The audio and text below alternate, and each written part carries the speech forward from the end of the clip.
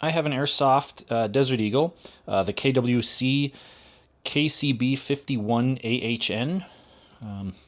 There's the box.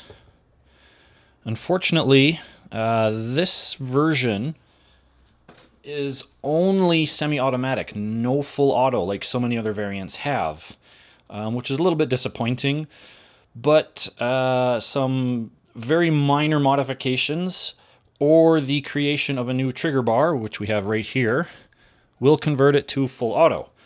This conversion will disable the safety and it will disable the semi-auto, but it's as simple as swapping out that trigger bar for the original one, unless you modify the original by filing it down. I'll tear the gun apart and show you exactly which part needs to be replaced and or modified. Once we've torn down the gun and the slide is off, you can see this bar right here. This is the trigger bar that connects the front of the trigger to the trigger sear in the back.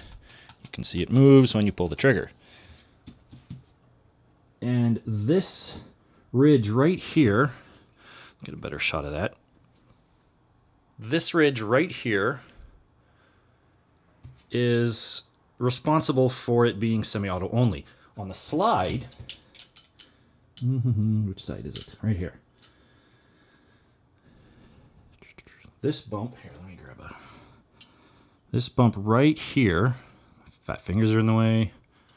Get some light in there. Okay, there we go. So this ridge right here, it's hard to tell, but there's a ramp right here and a ramp right here. Every time the slide cycles back, it pushes the trigger bar down, which disengages it from the sear here.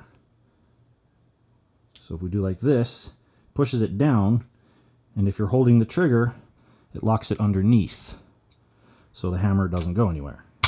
Right? Whereas if there's nothing to push this down on each cycle, the hammer is free to cycle indefinitely.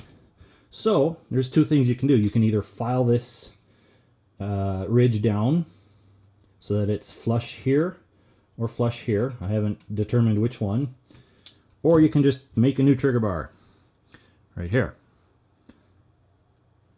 It's very simple, just a thin piece of aluminum. I used a couple of grub screws as the posts with a bit of Loctite. And this ridge here on the bottom is very important. I'll show you why. You can see it just peeking up over here. It keeps the trigger bar from popping out this way during operation and interfering with the rest of the slide. At least I would assume it's critical. I haven't tried one without, because there was really no point.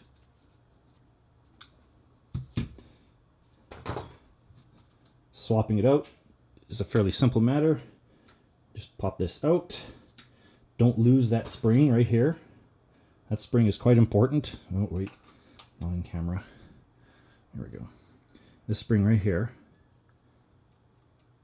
It's important to keep that where it belongs, because that keeps the trigger bar up and engaged with the trigger. Getting this in is a little tricky.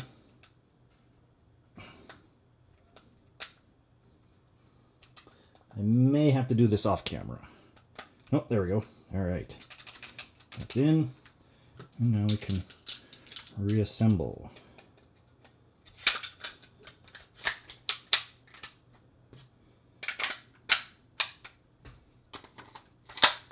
Voila. She's back together. I will demonstrate this with CO2 in a moment, but for now. So as you can see, the safety no longer works. And so for sake of demonstration, I'll hold this down. This is the slide lock, because if it's empty, it'll just lock the slide back. So hold that down. I'll hold the trigger down, and I will manually cycle the slide so you can see that the trigger does indeed rack forward, or rather strike the valve with each cycle, even though I have not released the trigger and pulled it again. All right, so you've pulled the trigger, the hammer has released, it's fired the BB, The gun cycles, and you can see the hammer is back in the firing position, or rather the fired position, as opposed to the firing position. All right, cool. Let's put some CO2 in it.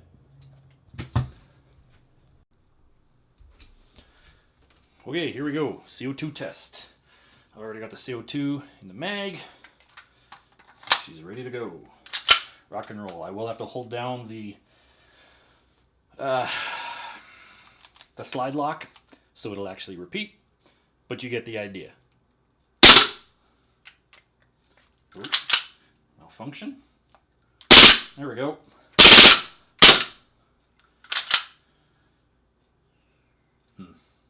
Probably have to lubricate it.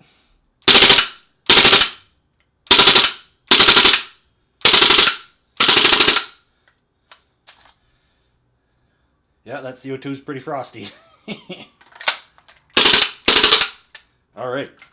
Thanks for watching.